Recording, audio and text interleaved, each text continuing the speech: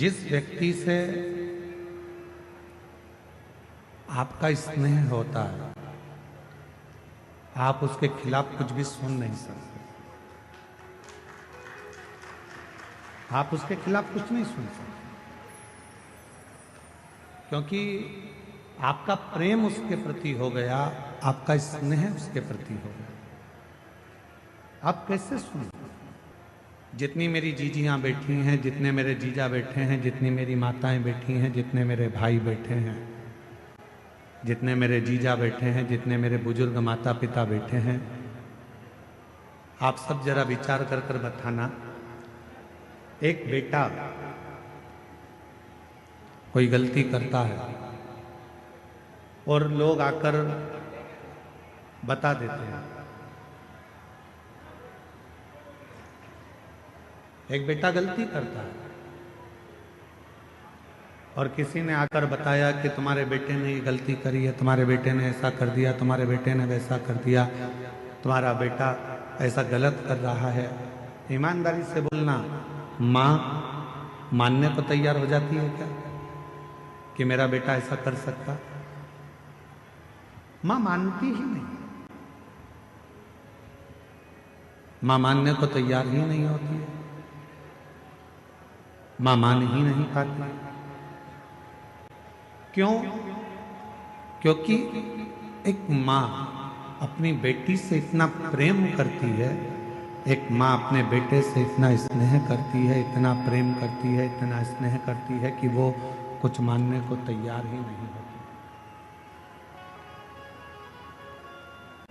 वो कुछ मानती है।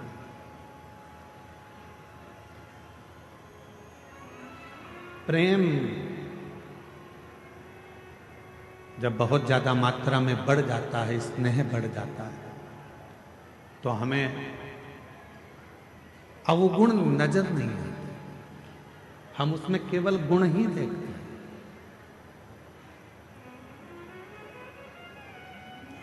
हम उसमें अवगुण नहीं देख रहे हैं, हम केवल उसमें गुण देख रहे हैं। हम आपसे एक बात पूछें, जरा उत्तर दें। तुम्हारे लड़के की शादी पक्की हुई, जिस लड़की को तुम देख कर आए हो, लड़के के लिए पसंद कर कर आए हो, उसमें तुम्हें बहुत सारे गुण नजर आते हैं। आते से कहते गुरुजी इतनी अच्छी लड़की है, एकदम बढ़िया, दिखने में भी सुंदर है, एजुकेशन अच्छी है, पढ़ाई अच्छी है, हाइट पर्सनालिटी अच्छी है, बोलने चलने में अच्छी है, वो सब तरह से श्रेष्ठ है।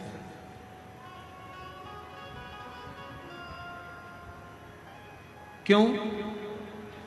क्योंकि आपने उस लड़की में गुण ही गुण देखे, इसलिए आपको उसमें केवल गुण ही गुण नजर आ रहा है, केवल गुण ही गुण नजर आ रहा है।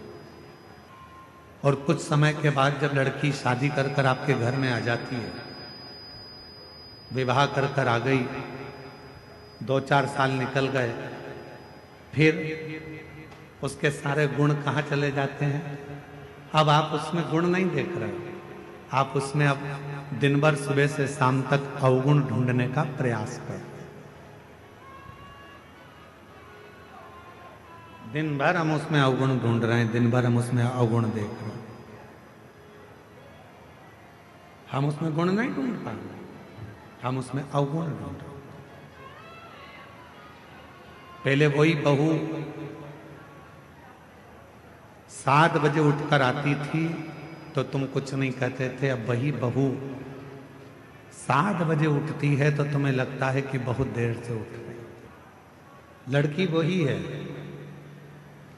पहले हमने उसमें केवल गुण देखा और अब हम उसमें अवगुण देख रहे हैं।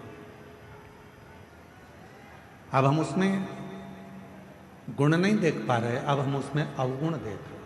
थोड़ा सा भी भोजन बिगाड़ दिया, थोड़ा सा भी भोजन बिगाड़ दिया तो कह दिया तुम्हारे बाप ने यही सिखाया। और पहले तो अगर वो थोड़ा सा भी भोजन कुछ बनाकर तुम्हारे सामने ला देती थी तो तुम उसमें ही प्रसन्न हो जाते थे कि इतना अच्छा भोजन बनाया, इतना श्रेष्ठ भोजन बना है, तुम उसमें भी प्रसन्न हो जाते थे। अब तुम्हें उसमें अवगुण दिख रहा है। यहां जितने बैठे हैं,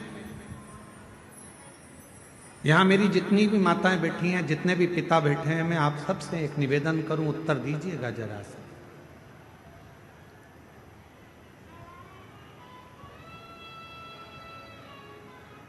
तुम्हारा दामाद, तुम्हारी बेटी का पति तुम्हारी बेटी को घुमाने लेकर जाए तो तुम्हें कैसा लगेगा? अच्छा लगेगा कि बुरा लगेगा? जम के तो बोलो, अच्छा लगेगा। पड़ोसी से कहोगे इतना अच्छा दामाद मिला है, मेरी बेटी को खूब घुमाता, खूब घुमाता। और अगर वही काम तुम्हारा बेटा करे और तुम्हारी बहू को घुमाने ले जाए तो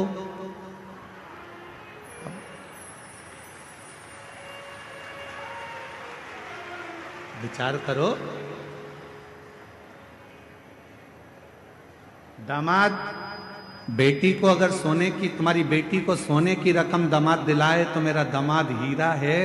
अभी दिवाली पर उसने मेरी बेटी को सोने का हार दिलाया, रानी हार दिलाया। और वही काम तुम्हारा बेटा करे और तुम्हारी बहू को सोने का हार दिला दे तो तुम्हारा भगोने जैसा मुंह हो जाए। जैसे तुम्हारी बेटी है वैसे ही तुम्हारी बहू भी तो किसी की बेटी है, वो भी तो बेटी है।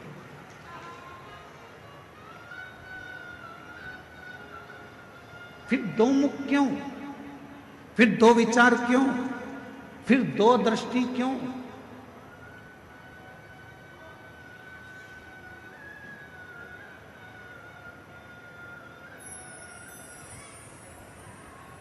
गणेश जी की कितनी धर्म पत्नियां हैं? जम के बोलो जरा। दो। क्या नाम है? सिद्धि। किसी ने शंकर भगवान से कभी पूछा कि भोलेनाथ जी, आपने अपने गणेश जी के लिए, बेटे के लिए दो पत्नी क्यों ढूंढी? मां जगत जननी जगदम्बा अम्बा मां पार्वती जी, आपने अपने बेटे के लिए दो बहू क्यों ढूंढी? किसी ने पूछा कभी गणेश जी महाराज से कि गणेश जी, आपके लिए आपके माता पिता ने दो पत्नी क्यों ढूंढी? क्या आपके लिए एक धर्म पत्नी श्रेष्ठ नहीं थी? फिर आपने दो पत्नियों को क्यों धारण किया, दो पत्नी क्यों रखी? तो कोई देव अधिदेव महादेव से पूछे तो देव अधिदेव महादेव एक बात कहते हैं कि मैंने अपने पुत्र गणेश के लिए दो पत्नियां इसलिए ढूंढी हैं क्योंकि गणेश जी को बुद्धि का देव कहा जाता है, और बुद्धि कभी भी इधर उधर भटके ना। दोनों ओर अगर बुद्धि जाए भी तो दोनों ओर रिद्धि और सिद्धि होना चाहिए, दोनों ओर बुद्धि को संभालने के लिए होना चाहिए।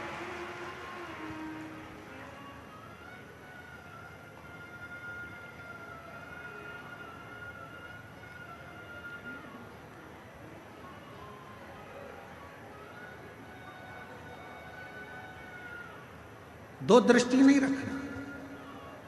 हमारी बुद्धि दो तरह से बढ़ जाती है।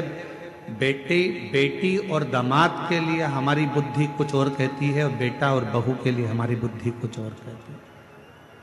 तुम्हारा दामाद, तुम्हारी बेटी बीमार पड़ गई, तुम्हारी बेटी बीमार पड़ी और तुम्हारा दामाद उसको हॉस्पिटल दिखाने ले गया। तुम्हारा दामाद घर में पोछा लगा दिया, तुम्हारे दामाद ने झाड़ू लगा दी, तुम्हारे दामाद ने चाय बनाकर पिला दी, और तुम उससे मिलने गए। मेरा दामाद इतना हीरा है, मेरी बेटी बीमार पड़ गई तो इतनी सेवा कर रहा, इतनी सेवा कर रहा, और मालूम पड़े तुम्हारी बहू बीमार पड़ जाए और तुम्हारा बेटा वही की वही करे तो मेरा बेटा तो लल्लू हो गया। दिन भर उसमें लगा।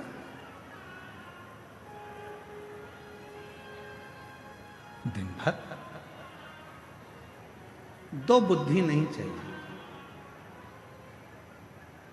रिद्धि सीधी के दाता गजानन तुम्हें सबसे पहले हमारा नमस्कार है।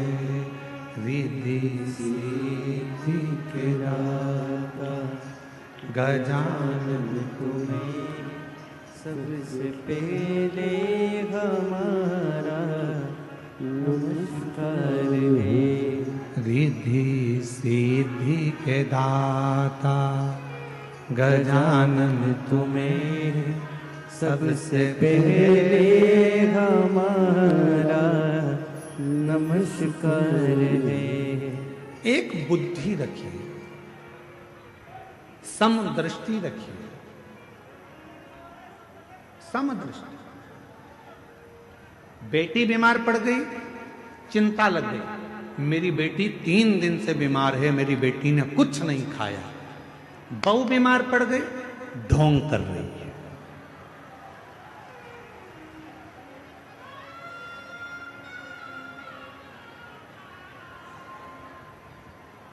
दो बुद्धि नहीं चाहिए, दो दृष्टि नहीं चाहिए, दो विचार नहीं चाहिए। एक मन, एक बुद्धि, एक चित्त, एक विचार, समभाव होना चाहिए। सम जब हमारी जिंदगी में हम समता का भाव रखेंगे, तब हमारे जीवन में देव अधिदेव महादेव कृपा करना प्रारंभ कर देंगे और हमारी जिंदगी को श्रेष्ठ बनाएंगे। हम समता का भाव ही नहीं रखते।